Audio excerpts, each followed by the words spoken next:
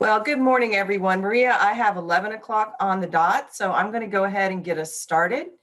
This is Beth Ponder with Train PD. So this morning's webinar is Workforce Integration Initiative Grant Expenditures, and our presenter and facilitator today is going to be Maria Morrow. Host and co-host today, helping out in the Zoom room, myself, Deb Hargrove, and Laura Greer. And at this point, I'm going to turn it over to Maria Morrow with the Texas Workforce Commission. So I'm going to stop sharing my screen. And Maria, you should be able to take it away. Thank you, Beth. So apologies, I just got a notification. My internet connection is unstable. So we'll see how this goes. Good morning and welcome. Thank you for attending today's presentation on WII grant funding. Today, I'm going to review AEL Letter 0420 and have invited some program directors to talk about what they have done or are doing to help give you some ideas on how to spend down your WII funds. Before we begin, though, I'd like you to take a moment to think about this question. What is your end goal for a participant or prior participant? And in as few words as possible, share your answer at menti.com. Please enter 4893, 796 for the code. So for example, is it that they make a gain or is it that they obtain their GED? While you guys are putting in your answers, I'll share mine. For me, the short answer is that they have achieved a better quality of life. So what does that mean? Well, for one, they're earning a livable wage. Not just a minimum wage, but a livable wage. And I'm so happy that we can say our programs are a stepping stone to that. All right. For some reason, it's not showing in my PowerPoint, but I'll bring this over so you guys can see this. And you can kind of see some of the things that you're putting here. Post-secondary enrollment, get a family sustaining, non-subsidized work, better livelihood, better job, definitely. Training, employment, all good answers, and all things leading up to what I was saying, a better quality of life. So thank you for sharing those. And you can keep putting in the answers. And if there's time at the end, I'll bring this up again and we can see what all the answers are. Last program year, the TWC Commission approved $2 million in funding for a state leadership initiative focused on workforce integration, which included increasing collaboration between AEL and workforce development boards, VR, and or other community employment services, as well as to aid in post-secondary education or training service enrollments. Its purpose was to also support the collection of that information. So it's not just to aid in collaboration, but to also aid in collecting and maintaining that information. And finally, to support distance and remote learning due to pandemic restrictions. Alrighty, let's take a look at the timeline. Earlier this year, everyone was awarded a portion of that $2 million. But as of today, only a little over $340,000 has been expended or spent. This leaves over $1,650,000 unexpended, and it needs to be spent by June 30th next year, leaving us only 8 months. So how can you spend this money down? Well, I'll tell you. First, let's look at what do workforce integration and follow-up activities mean for AEL. They are a variety of services and workforce preparation activities that occur after a participant is no longer active in AEL direct services, meaning they've exited the program for up to 365 days after exit. Now you may be thinking, well, Maria, we already do provide some of those services. And my response to that is, yes, I know you do. 3 of them are support service referrals. You provide resources for emergency services or employment services. Collecting information on employment and earnings. If you have successfully obtained a participant's Social Security number, employment is captured through a match system on the back end in Teams. And collecting information on entering post-secondary education or training and credential attainment. Many of you have a good system in capturing this information with your local colleges and vocational training organizations.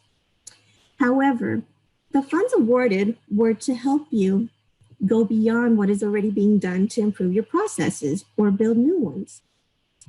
So how can that be done? Let's take a look. It can be used, so funding, what can it be used for?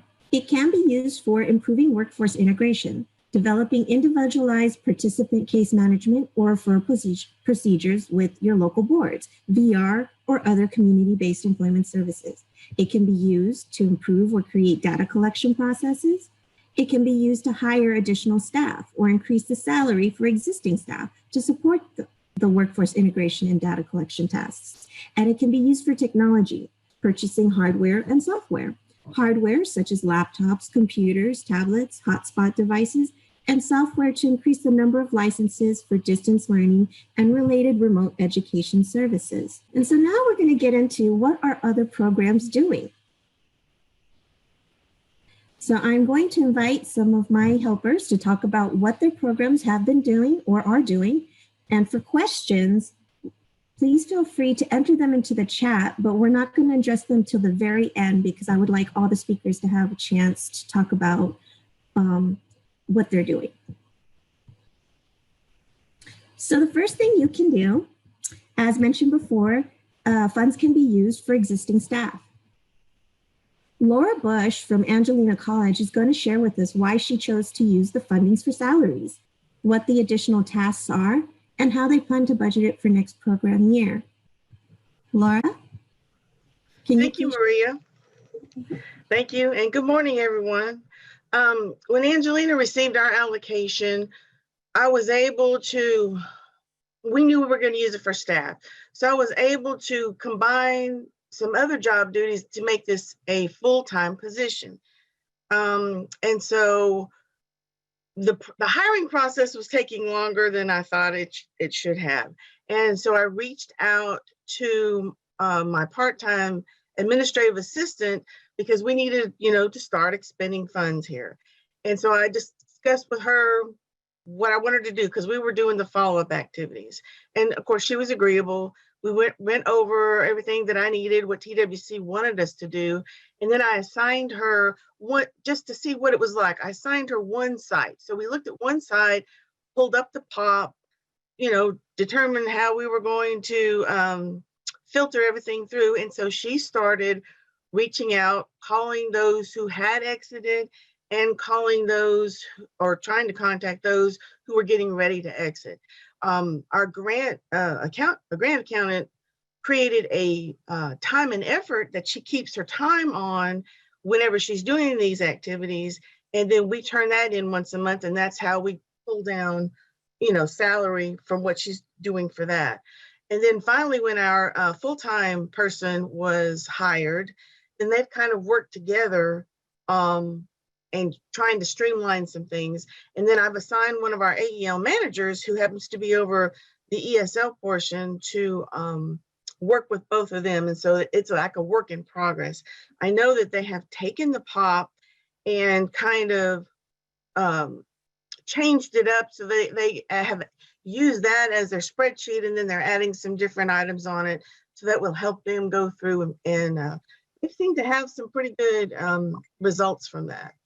So that's all I have to say about that. We were finally glad to get our full-time person on, but each one of them has their own time and effort that they are putting their time on, and then we turn that in, and that helps us with charging to the WI grant for that particular purpose. Thank you. So back to you, Maria. Thank you, Laura. So something else y'all can do is also outsource and collaborate with your local workforce offices, VR, or other employment service organizations. This is something I am very excited about. And here to talk about their collaboration with Goodwill Heart of Texas is Jay Ruiz from Temple. Jay? Good morning, Maria and everyone else. My name is Jay. I'm the director over at Temple College. Maria asked me to speak on our new pilot program here that we started with Heart of Texas Goodwill. This partnership was born more out of necessity than anything else. Obviously, our goal is to work hand in hand with our workforce solutions, but part of the issue is that the hours that they work don't necessarily coincide with the hours that our students are available. So I needed someone who could provide these services in the after hours. So what I decided to do is I went out to Heart of Texas Goodwill, who has a history of providing excellent hiring services and follow-up services. We're also one of these programs that at the time does not have a career navigator, so I'm filling that role myself. So we definitely needed to build that particular area in the follow-through. So I identified a person who does that very well in Heart of Texas Goodwill, and we partnered up with them.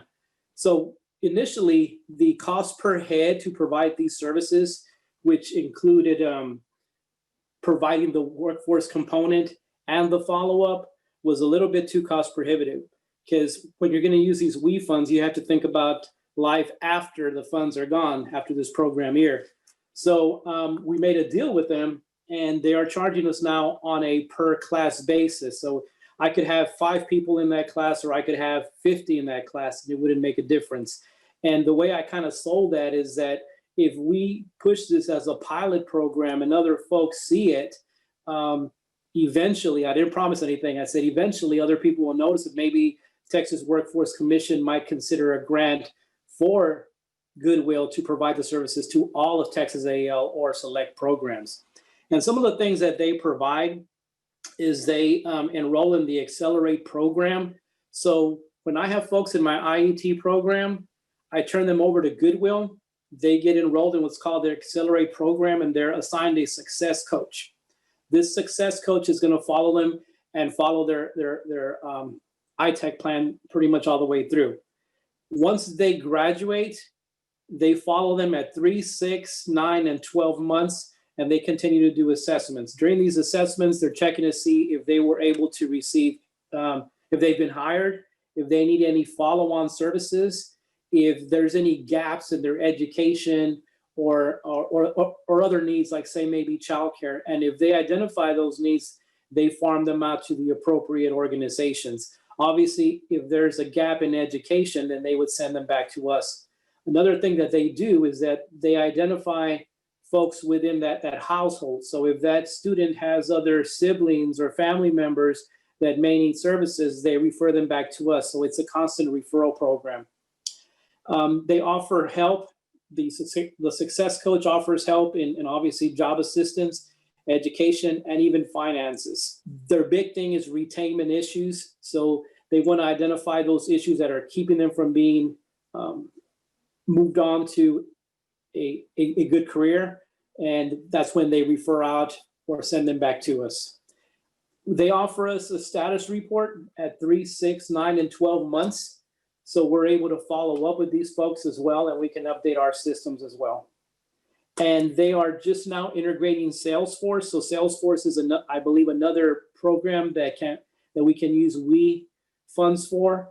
And they're using Salesforce, and we're trying to do the same thing. So if we continue moving in this path, our sharing of data will be seamless. And we established an MOU to do that.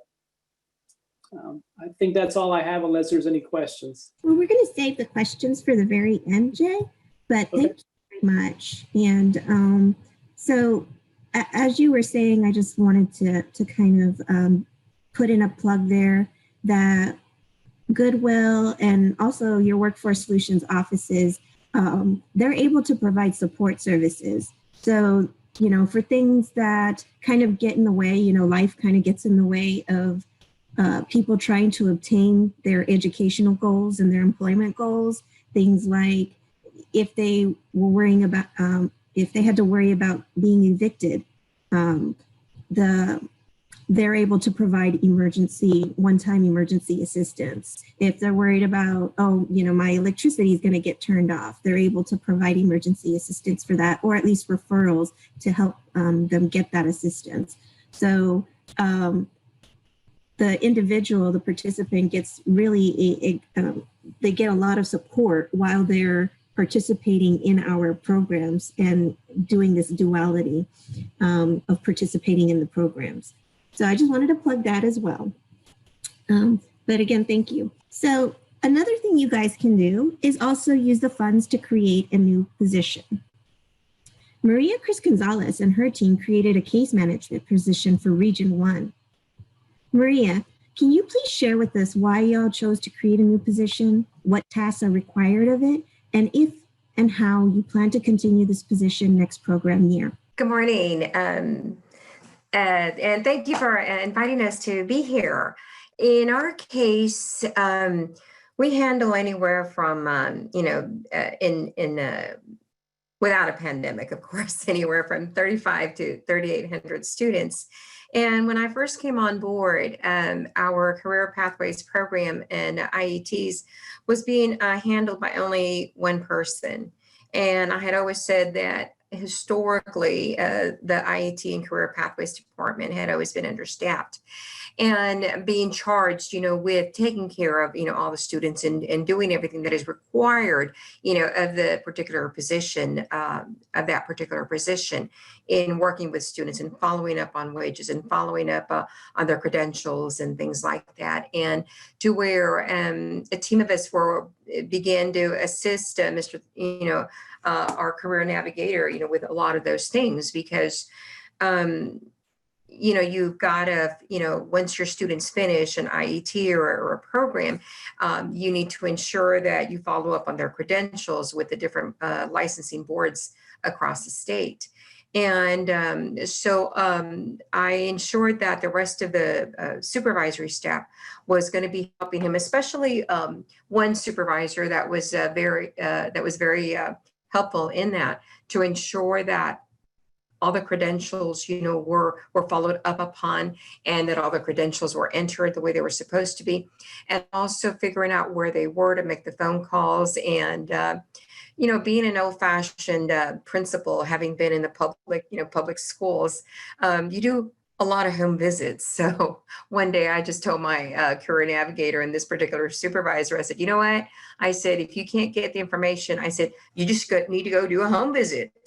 And they looked at me like, what? And so home visits were completed, and credentials were garnered and entered into teams. And then I began to think, this is just so much, and we've got so much work to do. And, we want to get all those measurable skills gains, and we want to ensure that once our students leave us or where they've gone, are they earning, the wages that they're supposed to be, or are they, as one of our, county judges says, are they being, do they have a livable wage? Are they able to contribute? So with that time before this funding came about, I began to think of a position, and I did a lot of research, and then so I came up with a title called the Post-Exit Case Manager. And what this post-exit case manager would be, the person that would be, literally on the ground trying to, find all this information, trying to garner all this information, working, with our career navigator as well to ensure that we're doing this. But this would be the person that would be, responsible for ensuring that we find out where our students win, what they're doing, what they're earning. Did they go to post-secondary school?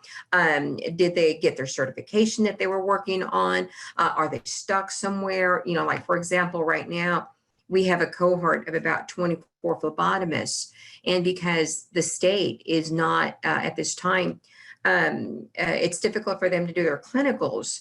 And some of the nursing, one of the nursing board wasn't actually giving tests to some of our CNA students as well. And so these are some of the challenges that we've been running into.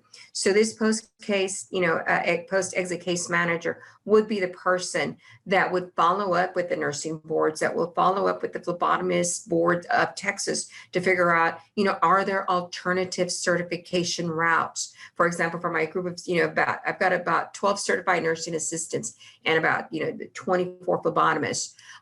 Words out that in different parts of the state, they're offering alternative sources for clinicals. In other words, doing essays and things like that. So this person would be in charge of that. And so that they continue to do that. And so I created the job description. And of course, it has to go through the HR process. It has to be approved.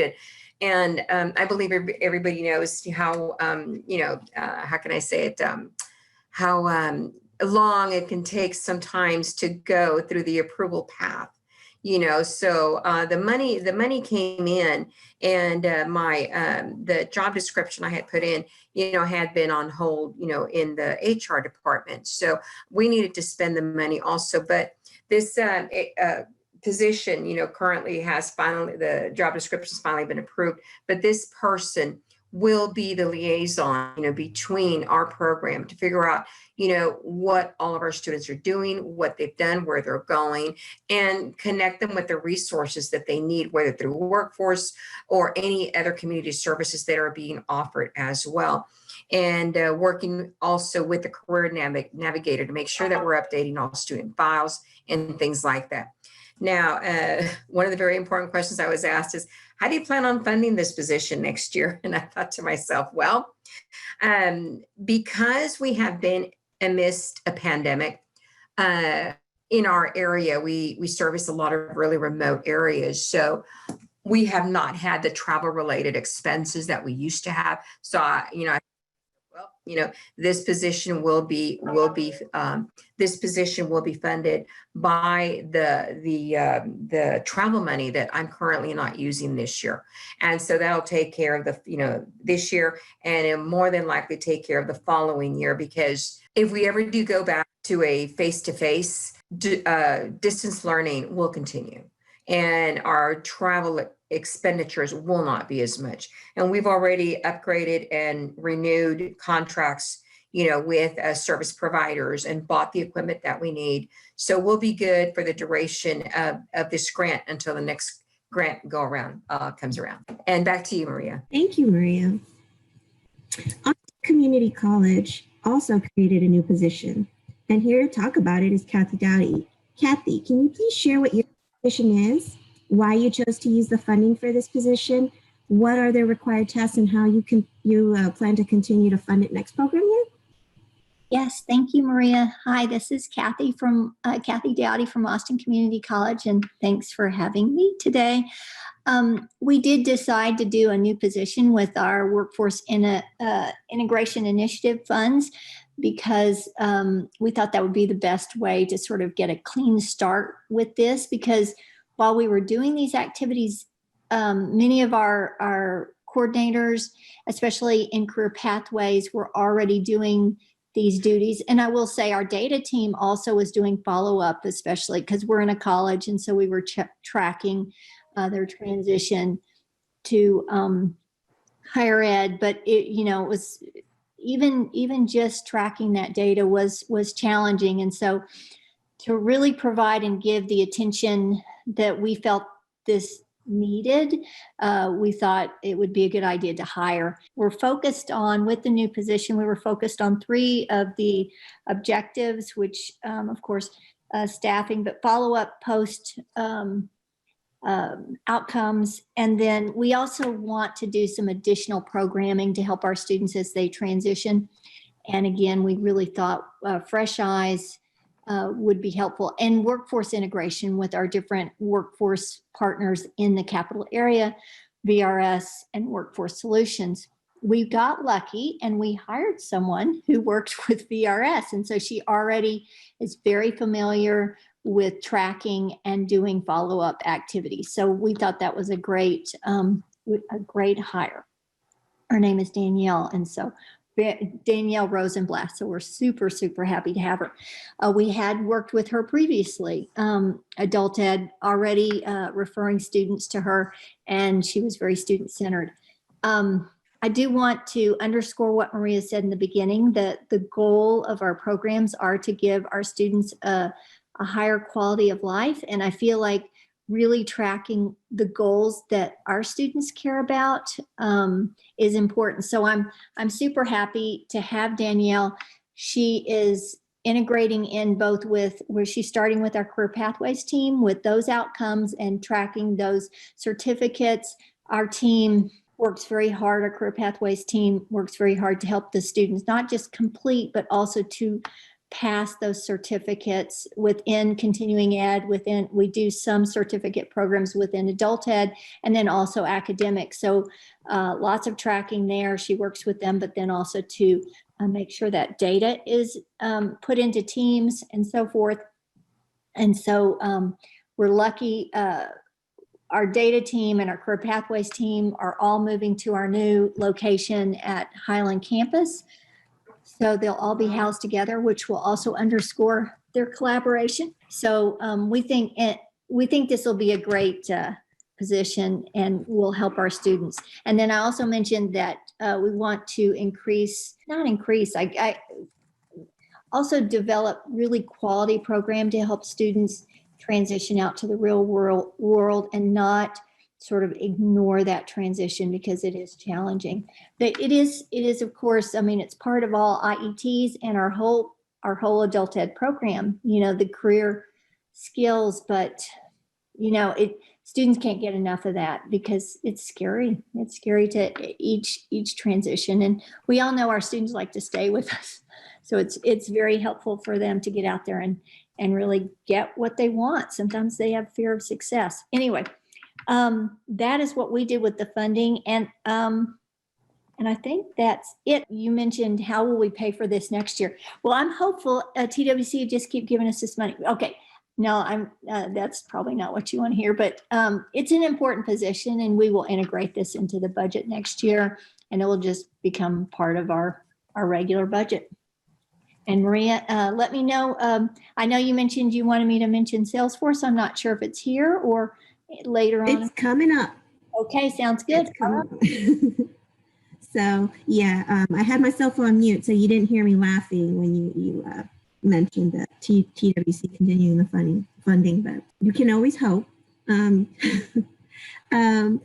finally, let's move on and talk about technology. So first, I'd like to bring on Sarah Davidson from Navarro College. They're using the funding to purchase they use the funding to purchase some iPads and OneFlow software. And Sarah is stepping in for Leslie Hayes. Sarah, could you please share with us why y'all chose iPads and OneFlow and what they're being used for?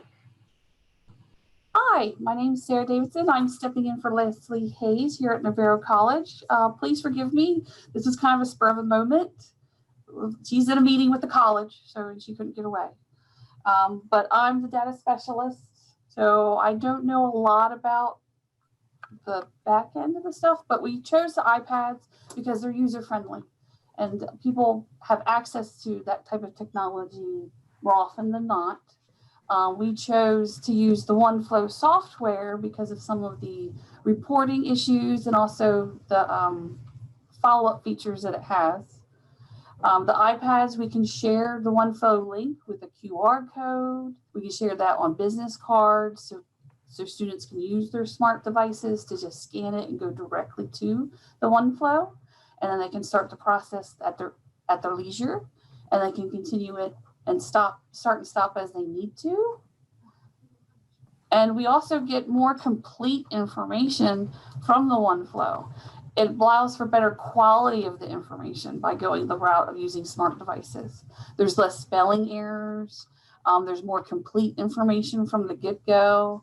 We can get the entire enrollment form and the release of information all through the OneFlow. And also youth paperwork is a lot faster and simpler for our staff and for the student. OneFlow won't let students continue until they've completed the steps. So it holds them in a holding pattern until they're ready or able to go to the next step. And then also the technology keeps PII safe and secure.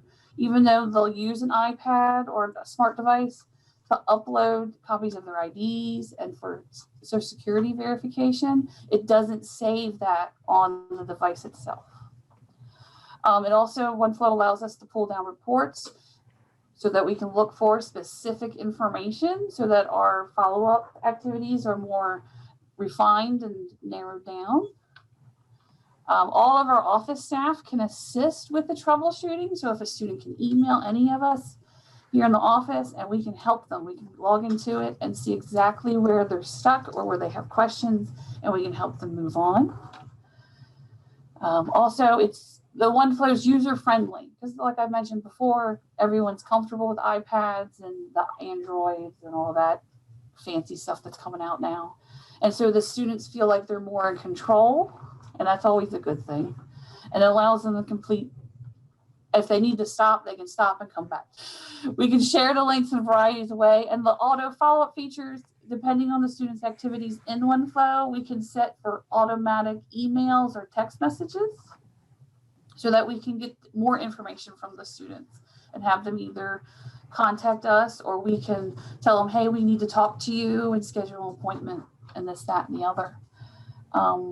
And also it has like a case note feature that allows us to make notes. So if a student calls and have questions, someone else on the team can help continue the student on in their process.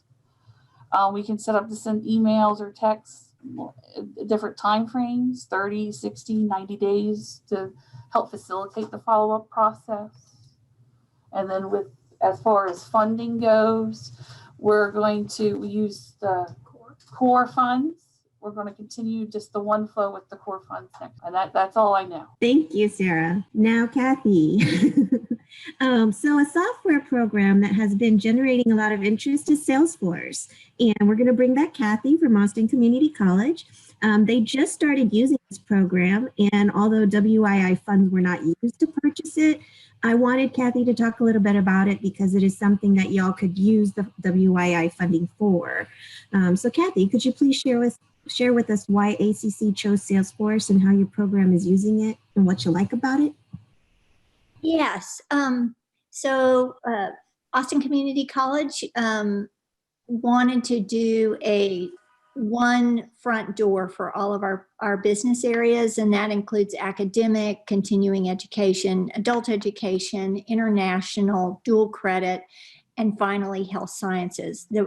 Their application, you have to actually be a student and then utilize that application, but that's the sixth business area.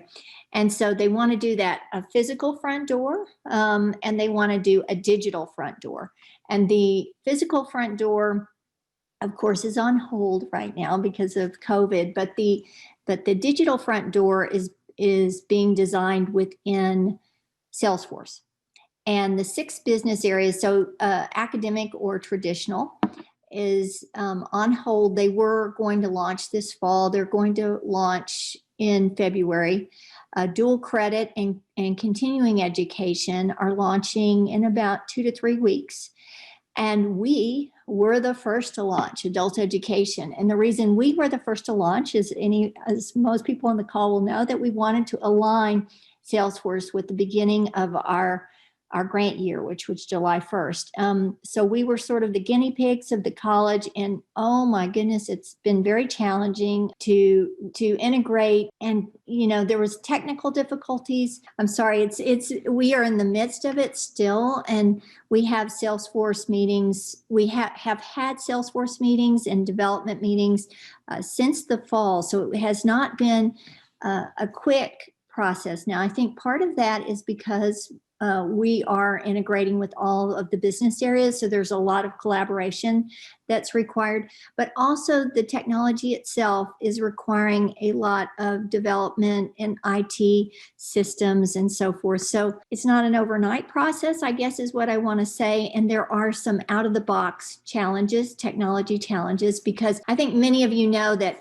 lots of programs are trying to prevent hackers, and in so doing, they also sometimes limit our students' abilities, and their digital tools can't make it through, and they have to accept cookies. And so those sort of challenges are especially prevalent in our student population because especially if it's outdated technology, it's more challenging, but even newer technologies, and especially Apple, we've had some challenges with. However, on the good side,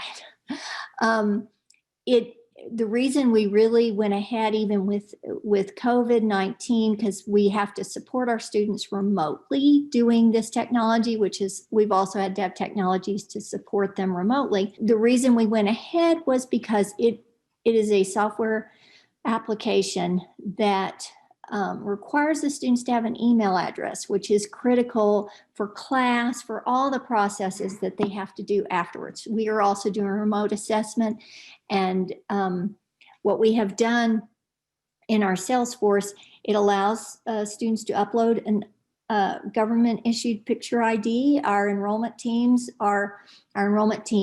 we don't have a lot of teams, sorry, they actually review each application and make sure the ID is correct. So that's a benefit. It requires the email, that's a benefit.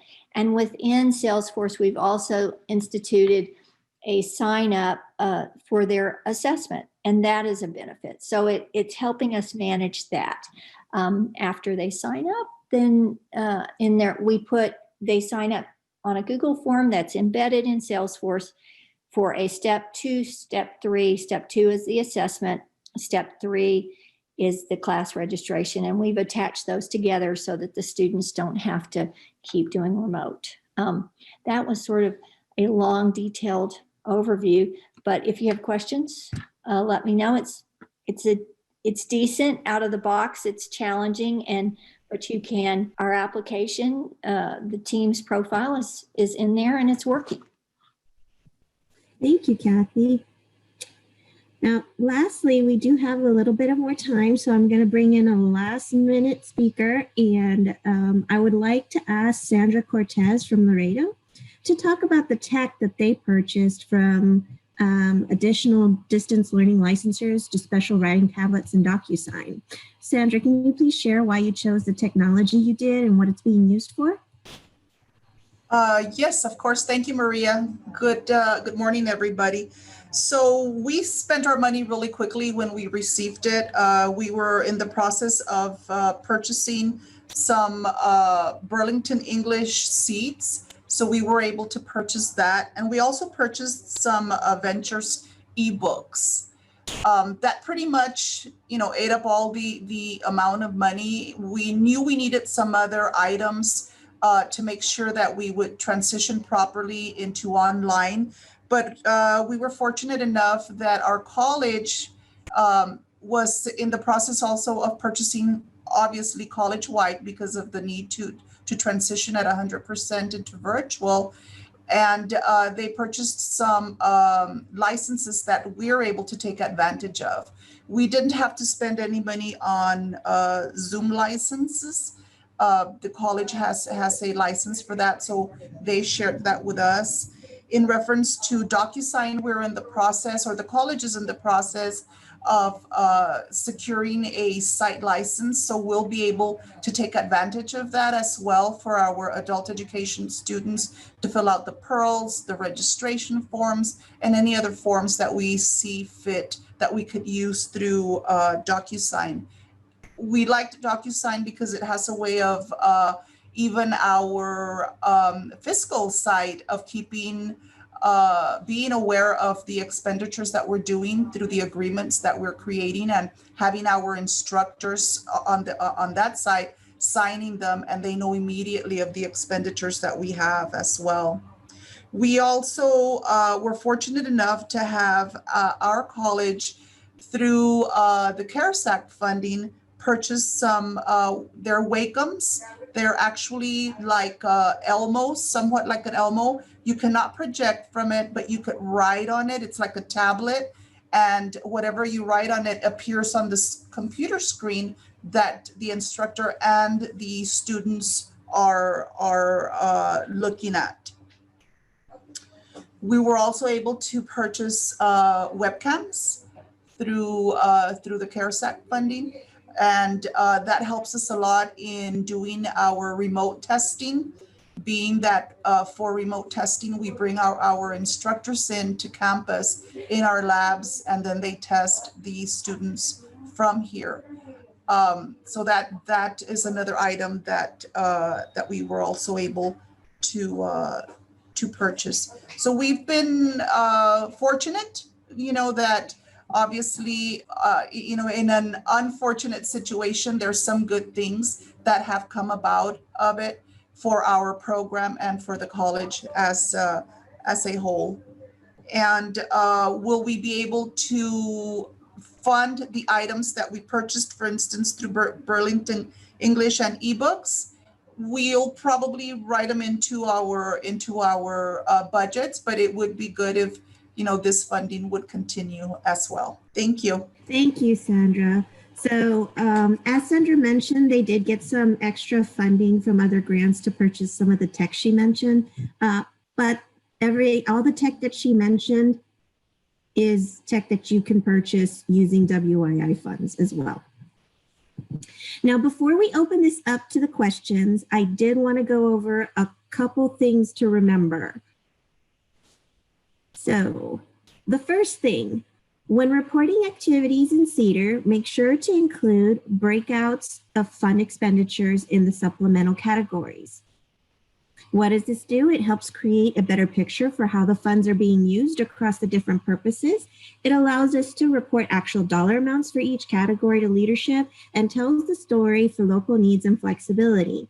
And you will provide the qualitative explanations of expenditures in the monthly surveys that are due on the 24th of each month. The second thing to remember is that all exiters are in the denominator for employment-based measures. So you want to prioritize individuals who have not provided you a social security number. We still need to data match against UI records automatically, but we need to get that information for the individuals who did not provide a social security number, as well as those who have a social security number but are working 1099 jobs or are self-employed. So all those participants that complete your IET entrepreneurship programs, you want to keep in close contact with them so you can obtain their employment information once they start gaining income from their small businesses. And with that said, we can now turn it over to questions. So, Thank you, Maria. This is Beth Ponder from Train PD. I've captured a few questions as we were going along, but go ahead, folks, if you have questions for anybody on the panel, to go ahead and put them in the chat. Do you want me to go ahead and read off the first one? yes, please. Okay, this one's specifically for Jay, so hopefully Jay's still with us. From Kim Vinton at ESC 20. Jay, did you say that the success coach, Goodwill employee, works with students during their AEL and once they exit, or just once they exit? Thanks. Beth, hi there. To answer your question, actually it's a partnership because the career navigator is the one that follows the iTech plan, but we integrate them. Actually, to be quite honest, I just started this. In fact, today is the last day of their portion of the workforce component. I'm sorry, tomorrow is the last day of the workforce component, but I've worked hand in hand with that success coach thus far. And then once they actually graduate, we'll continue to do that. Our situation is not that we want to hand over everything over to them, but it would be nice to have someone who can take care of the follow-up for at least a portion of our people, and portion being the IET folks. All right, thank you, Jay. Now, the next question came up when Ms. Gonzalez was speaking, but it could be that there's an answer from any of you on the panel. And this is from Janice Hebner. Is there some type of a checklist already developed on what questions to ask during the follow-up? Yeah, I'll go ahead and answer that question. We are currently working on that to develop our own systems of a checklist. And what I can do is I can email it to Maria, our draft checklist so far. I can email it to Maria and she can share it with everyone. Thank you so much. Don't you love all the sharing? Let's see. One more and question. I'll also, I'm sorry, I'll also put it up in the communities. So because I love getting information from there, it's always so resourceful in the communities on DeCal. So I'll post it there as well. Thank you, Maria.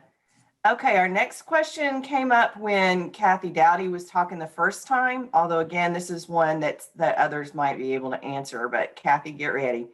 And this is also from Kim Vinton. How are you managing the limbo time of 90 days where they're not quite exiters yet? And I'm so sorry. Let me just make sure I understand the question. How are we handling the limbo time before? But they've in my mind, they've sort of exited. So we would start. I see it sort of as a bridge. We would start working with them while they're in the program, as they leave, and then going on. I would think. I mean, that's what we're planning to do. Just we're not really focused on that time. We just see it as one continuous time, if that makes sense. So Kim, let us know if that answered your question. If not, please feel free to clarify in the chat. And then we have a question from Sherry Smith-Dennis to Sandra Cortez.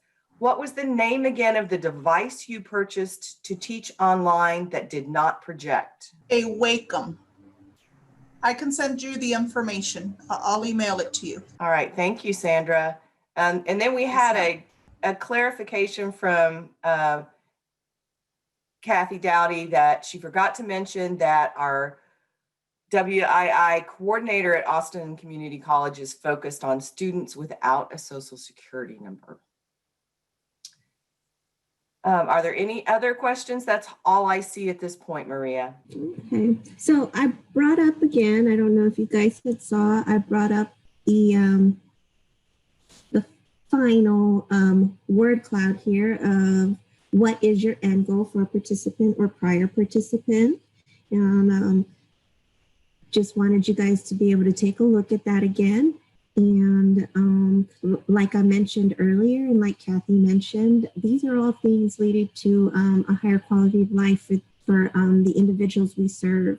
And so I'm so happy to see that, you know, we're all kind of on the same page and leading towards the same goal.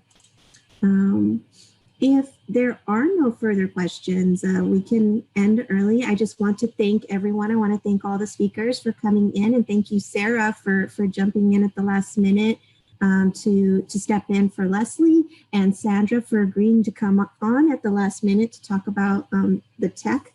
And just thank you in general to everybody, and thank you for participating in this webinar. I hope that it's given y'all some great ideas.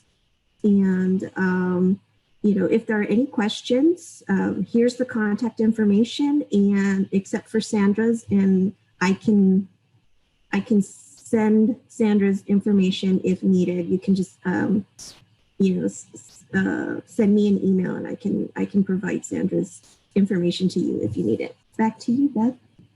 All right, thank you, Maria. You did a great job bringing these panelists together. I'm going to go ahead and leave the room open for just a little bit longer, see if anybody has any additional questions, but we will call the webinar ended. So thank you, everybody. Have a great rest of your day.